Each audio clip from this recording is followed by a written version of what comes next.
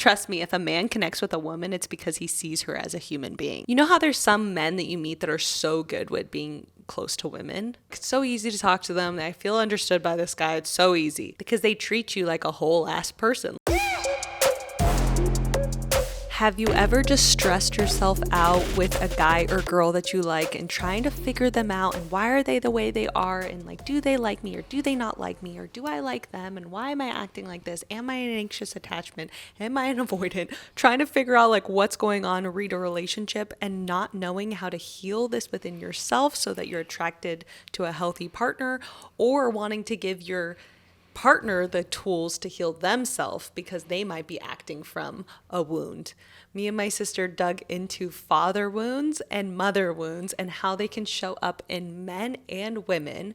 And it's so interesting and so juicy once you dig into this stuff, because once you hear it, you're going to be like, holy shit, that person definitely has a father wound. And you're going to want to send them TikToks and videos on it and be like, heal yourself. You could send them this video. You can send them this video. Okay, so this one was so interesting to me. Let me just pull up.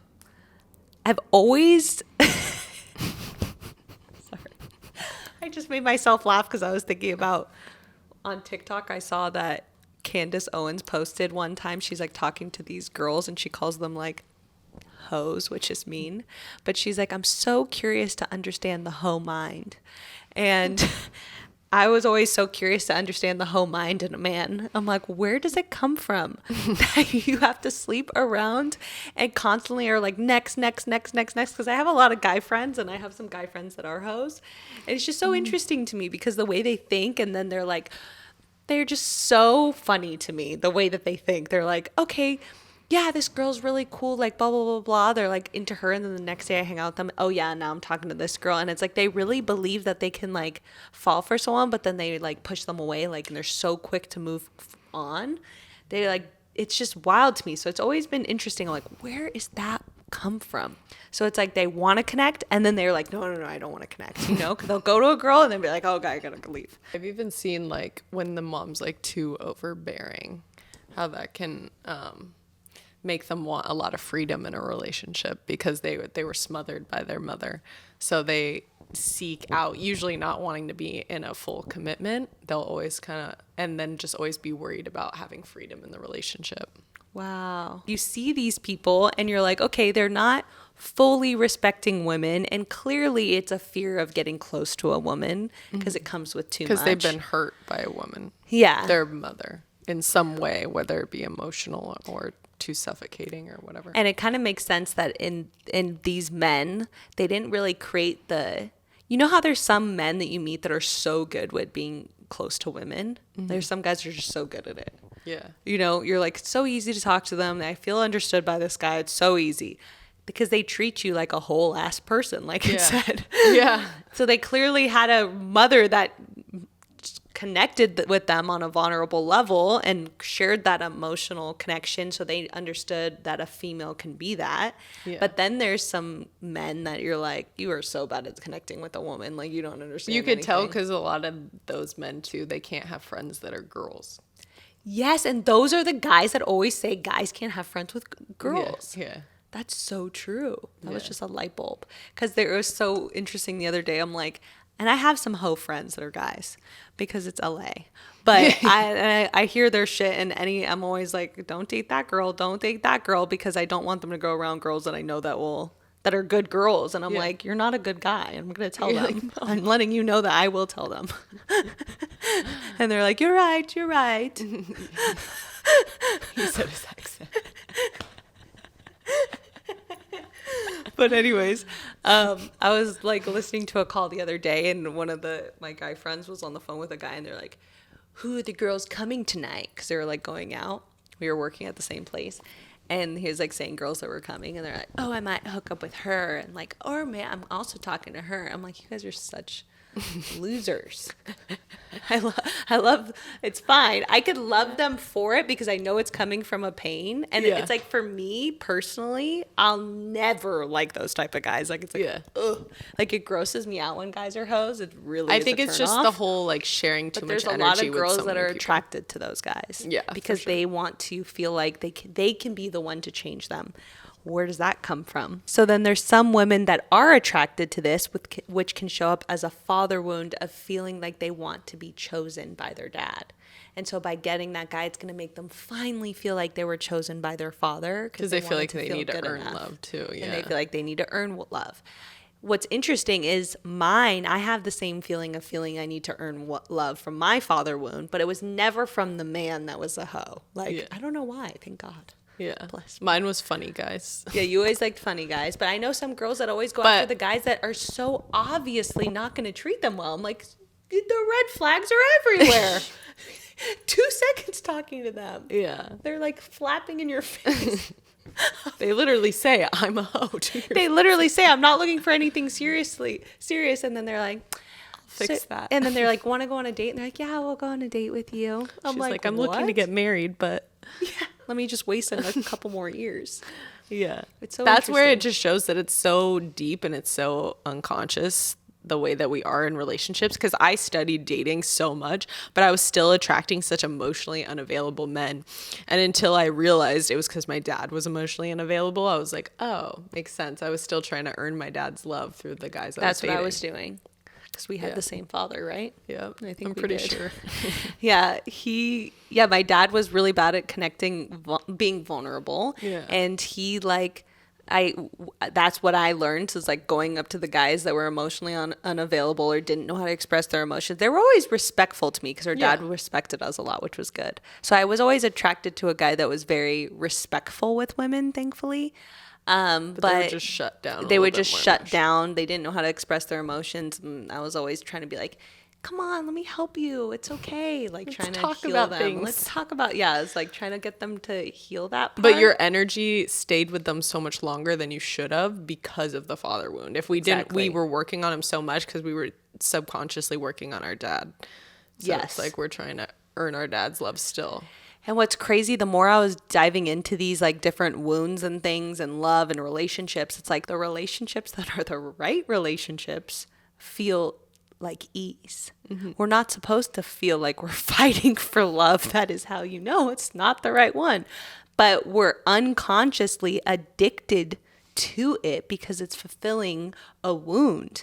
So finding out which wounds you have, whether it's a father wound or a mother wound, or you might have both, like us, we're lucky. Everybody has both. Yeah. Really? Yeah, everybody does. What if you just because had a perfect your mom mother? could love you too much, and then it could be smothering or whatever. Like That's why there's no way to raise your kids once you have kids. There Yeah. really is just like, That's why I don't was know like, how to the do more it. I learn, I'm like, well, no, I think it's a parent's job to like. We wouldn't be as interesting as we are as humans if we didn't go through certain things in our past. So every single thing that I went through, it made me who I am today. So I love my biggest traumas that I went through because it made me want to fight to like be better. I don't think Yeah. I would be where I was today if I didn't have them. So I was like, Exactly. we're not saying it's a bad thing and you're so broken. It's like, you're not broken. You just, if you actually pay attention to the things you need to heal, you can grow even quicker. this is another one too, which I can feel like a lot of people resonate with this, is insecure, anxious attachment can come from a mother wound. She may constantly question, if you have this, you may constantly question whether you're loved or good enough. This can create a loop of over-analyzing text messages, seeking constant reassurance from your partner, feeling unsafe when your partner takes emotional space. So that's Always like a big trigger that I had. I was like, when guys, like when a big thing comes up for them, any like argument or things that you guys are going through and they have to go away from you for a while, I'm like, why can't you just talk about it? Like, why can't we just sort it out? But then I realized that was me feeling uneasy with space. Oh my gosh, this one I have. What? That I found out. Because I learned this one in therapy. But a mother wound can come from fear of abandonment. An absent mother can leave a child feeling emotionally unanchored. My therapist is always teaching me how to like emotionally anchor myself in my own self, what I want, what I care about, and not thinking about what other people want, which is also a connection to like over pleasing and Yeah, and people people pleasing. As an adult, this turns into deep fear of being left, resulting in anxiety in relationships or tolerating things that are not up to your standards just to keep someone close. Because it's like, I'm really picky before I date someone, as you know. I'll wait forever until I find someone. I'm not like jumping to the next guy. My standards are pretty high. But then because of my father wound and the emotional unavailability thing that I was used to, I look at that as normal. So then I accept the mistreatment for it's not mistreatment in a bad way, but it's just like they don't know how to be vulnerable.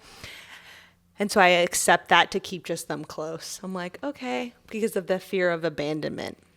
So you got a mix of mom and dad just cocktailed the perfect wound. That's why I want to do ayahuasca, to just rip off the Band-Aid. I know. See, you're so lucky you're not scared. She's so lucky. She just goes to the root of it and clears it and then comes back. But I also have a wound of, I realize I always want to heal myself. And it's because of when I was younger, they put me in learning disability classes when I didn't have a learning disability. I had ADD. So I always had a label of thinking there's something wrong with me. So now are like always trying to fix myself. Yeah. I know. That's another wound. That's another one. But it's like, I like that one. Yeah, I like it too. I constantly want to be better. That's why I said, like, your traumas don't mean there's something like you're broken or it's bad. Some traumas actually made you fucking great. So, yeah. Like, that's what I had an episode not too long ago, and I loved it with the guy Lewis. And we were talking about integrating traumas and how they are creating a reality. And he did a live session with me on my trauma of being misunderstood. I hated when people didn't understand me. And then he helped me turn it into a positive live on the podcast. And I'm like, wow. He's like, just because like that one thing that happened where I was misunderstood when I was younger by my father, he was really strict on me and he totally didn't take the time to understand, like, why did you do that? And let me understand you. He's just like, this is wrong. You're wrong. His You're a opinion bad was kid. Fact. He's fact. It's wild that I did something like this. I feel so ashamed of myself. Should have known better. Should have known better. Even though we're children. Even though I was in second grade. And that, sorry, I was so thirsty. Was he showing that you became a good communicator through it? What he helped me see as being misunderstood helped me changed me into someone that wants to understand everyone and like is patient with them and sees the good in them and hears them and listens to them. Because that is your talent. That's my strength. Yeah. Because the time I'm like, damn, how do you always have a genuine curiosity for anyone? I'm like, it's wild. And then it makes people feel close to me, and then it's helped me build my network and my career. So it's like, he's like, so if you didn't have that, what tools would you be missing from your toolbox? I'm like, oh, wow, a lot of tools. But a good thing to say about that, though, because now people are probably feeling like, oh, but if I release that trauma, will I not have that superpower anymore? And that is not a thing. I've gotten that so many times. You still, once you've learned a trait, you'll still be able to use it. It doesn't go away.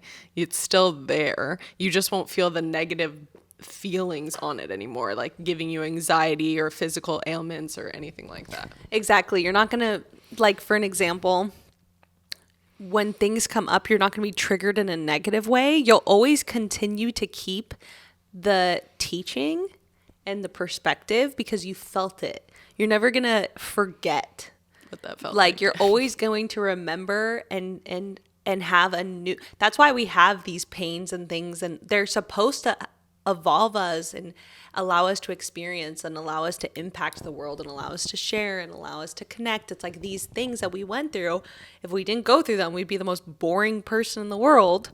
Yeah. We'd probably we'd feel no need to go achieve. We'd feel no need to do much because we're like, I'm pretty good where it's I'm almost at. Like you wouldn't, these things can drive you. Yeah. So they're blessings, but the whole purpose of life is to not allow them to limit you. And so that's what releasing them is helping you do. Releasing them in a positive way and gaining new perspective on them by going back to them and shaping the way you looked at them at that time is helping you take the tools, but not allow them to control you in a trigger or a negative thought pattern, but to allow them to be using them as like making you more evolved and wiser and able to use it as a gift.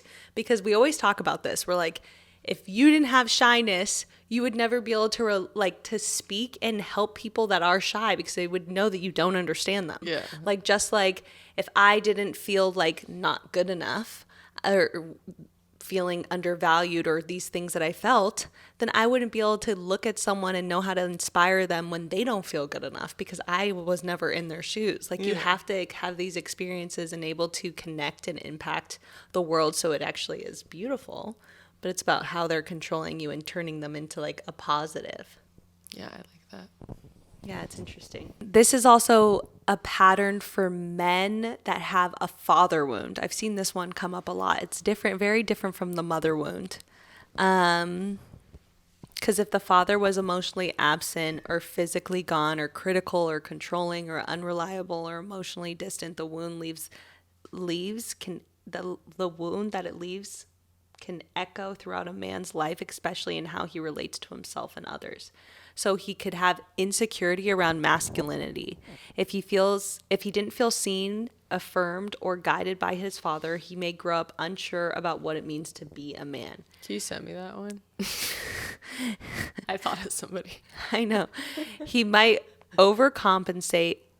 Hypermasculinity, dominance. You've seen those guys are like hyper masculine. They're trying to assert their dominance all the time. They're trying to make you respect them. I know, I'm thinking about someone too. We're not going to call them out because that's fucked up. Their name is. And so their name and their Instagram and their email, if you would like to contact them about this, is. No, I'm just kidding. Let's flood them. So that's so interesting. You've seen those men, they're like trying to be so macho, overpowered. It's like they're trying to like prove that they are a man, because they're not this like, they're not a healed masculine or masculine. They're a wounded masculine because they're trying to overpower, over dominance. They're disconnected from their masculinity altogether. I feel like it comes up because recently I noticed triggers with men where if I'm trying to tell them like an idea of like, oh, like you should do this, or if I give them any advice, then a part of them gets triggered by that because they're like, you're trying to tell me how to like take care of myself, and I know how to take care of myself, and that's like coming from like a trigger of masculinity. And I didn't realize till recently. I was like, oh, like I thought I always had to change, like, oh, Tosh, don't be someone who gives someone advice or things like that, because they always tell women like that will make the man feel more comfortable. But it's like, why is he getting triggered by me giving advice? Like, where is that coming from? It's coming from like the masculine role that he's trying to take on. So I was like, that's interesting. I just had the download once you said. Yeah. To realize is the more you do this inner work, life does get a lot smoother. At least for me, the more I've healed certain things, like triggers that I had, I just feel like now the triggers that I get are so little, I barely even know they're there. Like the triggers I used to get in the beginning of healing was like huge, and it would take over my whole day, and I'd be thinking about it, or like, cause it's like if somebody, you know, when you're dating someone and they take over your brain. Yeah. And then you can't stop thinking about one thing they said, and you start dissecting their text messages or things like that. That's a bigger trigger. Like they triggered you to where now you're like going crazy. That's because it's a childhood wound that's coming up. It's like flaring. But what's so cool is now that I've done a lot of healing on those wounds, now whenever I get triggered, I'm like, was that a trigger? I really have to, it's like more of just like oh, that was a little bit uncomfy. Like now it's like the littlest thing. And that's what I'm like, I have to actually try harder to figure out what my triggers are. Where before I was like, God, I can't ignore it. Like I would like it to go away so I could focus on work for a minute. Yeah. So I'm just saying there is a bliss point. Like it gets better. Yeah, that's cool. Yeah, it's like you just keep working on these things. That's why I get so addicted to working on them. I'm like, I don't want anything to hold me back. I don't want to keep seeing the world out of my triggers. Like I want to start to like evolve from them and have them make me wiser. Now it's like a game for me. I'm like, ooh, another one. It's like Pokemon. A father wound in men often hides beneath his success, aloofness, or humor, but healing starts the moment he gives himself the permission to feel grief, rage, longing, and eventually self-compassion. You become whole not by rejecting your masculinity, but by redefining it, choosing to show up with presence, emotional depth, and integrity. Because that's what I want to say is like to anyone listening, it's like the most masculine men to me are the ones that feel like they have nothing to prove. Like, that to me is the most masculine man. Yeah. Like, when they just show up in a room, they're not trying to prove they're the most alpha in the room. They're not They don't trying really care to if you prove like that them or not. they're the most successful. They're not trying to make this girl think like, oh, I have this, I have this, I have this. It's like the guy that's just like sitting back and so comfortable in his own skin. He might be the most successful. He might be the most whatever. He might be he might have it all. But the way that he holds himself is there's nothing to prove. Yeah. That's the most attractive masculine man in the room. It's the ones that are kind of trying to perform or outshow or, you know, prove something, is the ones that are insecure and or often have these wounds, which is fine. Like, there's nothing to judge if you start to see that within yourself or in your partner and your friend. It's more so just like, noticing it's that and then exciting to doing know that something you about can- it. Because I noticed when I used to go on dates in the beginning, I was like so trying to prove myself. I was like in my masculine back in the day.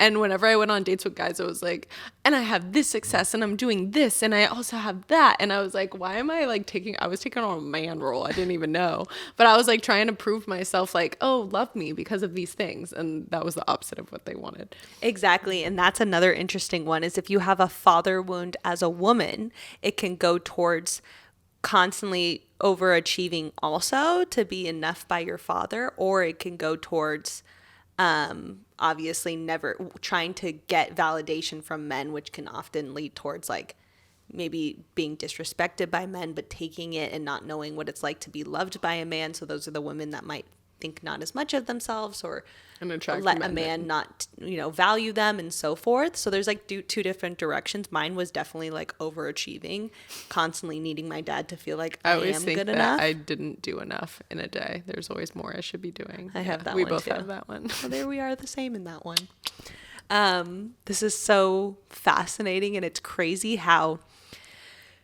these things show up so much in our lives. Like, everything that we were taught to do with love, which is the most important thing in the world, came from how we viewed our parents and how they loved us. That's how we learned love.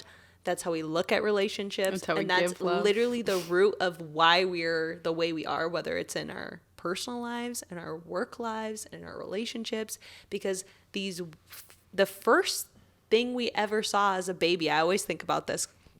It's like right when you're born, you're like, what the heck is going on? Where the hell am I?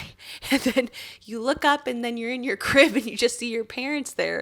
And you're like, take care of me. And then they're like, you can't walk. You can't move. So you're so reliant on them. They're like, let me feed you. Let me do this. So you're like, you learn everything from them. That's why I love this book. If you have not read it, you have to read it. It's called The Voice of Knowledge.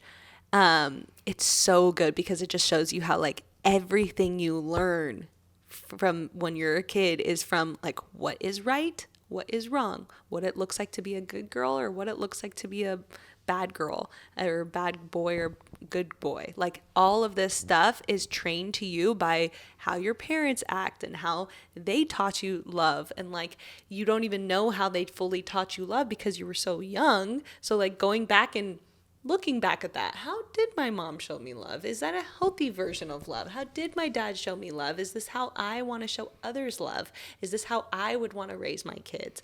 How is this showing up in my life? Am I still feeling the need to prove myself to my father or my mother? And like, am I still not feeling close to women because of how my mother showed me love or how much she was reliant on me or how I felt like, God, I always have to take care of her. This is a hassle. Like there's so many like levels. That's why even for me, I'm healing for my future kids. I'm like, because what you don't heal, you pass down. It's so true. And that's why they say in spirituality, like you're healing generations. And initially I was always like, what do you mean I'm healing generations? This has been passed down from generation to generation. Our parents learned this from their parents and their parents learned it from their parents. And like, are you going to be the cycle breaker and stop passing these down and shift? Or are you going to continue? It's so wild. And if you think about it, this is what also fucked with my head. If I then go after a guy that was like my father, emotionally unavailable, what is my daughter going to do? Do the same. Go after a man. That's that is why I'm like, emotionally kids unavailable. learn how to be in a relationship through watching you. And that's why even me, I had a lot of like trust. Like once my parents got a divorce and then my mom had to like take care of herself and she wasn't really working and then she had to get a job. I was like, never fucking rely on a man. I have to make sure I make my own money, blah, blah, blah. Like I can never trust a man to take care of me.